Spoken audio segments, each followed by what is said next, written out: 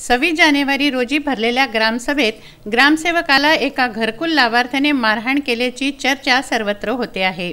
या लाभार्थ्याला पोलिसांनी गजाआड केलेला आहे, पण त्यामागचं कारण काय हे कोणी जाणून घेतलंय का? ग्रामसेवकाने लाभार्थ्याला पैसे मागितल्याने लाभार्थ्याचा संताप झाला। गेल्या 3 महिन्यांपासून लाभार्थी कार्यालयात चक्कर मारत होता। घरावर छप्पर व्हावं ही एवढीच इच्छा घरकुल लाभार्थ्याची। शासनाच्या योजनेतून आपल्याला घर मिळणार या आशेने हा लाभार्थी तयारीत होता आणि तशी कागदपत्रही त्याने सादर केली होती। परंतु भ्रष्ट यंत्रणेने या योजनांना कीड लावलेली आहे। त्याचं उदाहरण म्हणजे चिंचोली येथे राहणारे गुणवंत तुळशीराम मानकर असं म्हटल्यास अतिशयोक्ती होऊ नये। गुणवंत मानकर यांनी घरकुलासाठी अर्ज केला होता।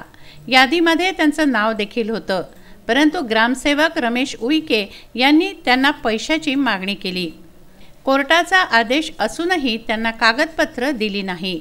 वरून धमकी दिली की पैसे नाही दिले तर त्यांना घरकुलाचा लाभ मिळू देणार नाही। गुणवंत मानकर 3 महिने ग्रामसेवक कार्यालयात चक्कर मारत होते।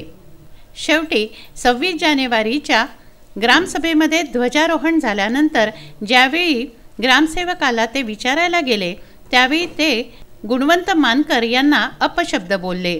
त्यामुळे गुणवंत मानकर यांचा साहजिकच संताप झाला व त्यांनी रागाच्या भरात ग्रामसेवकाला मारहाण केली।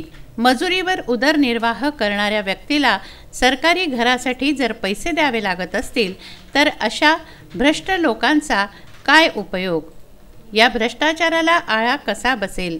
या भ्रष्ट ग्रामसेवकाने पैसे मागितले, पैसे दिले नाही म्हणून यादीमध्ये नाव असून घरकुलाचा लाभ त्या लाभार्थ्याला मिळू दिला नाही, ही शोकांतिका आहे। ग्रामसेवकाला मारहाण केल्याबद्दल आज गुणवंत मानकर गजाआड झाले आहेत। या लाभार्थ्यांचा कोणी वाली आहे का असा प्रश्न अन्य लाभार्थ्यांचा आहे। विदर्भ न्यूज, अमरावती।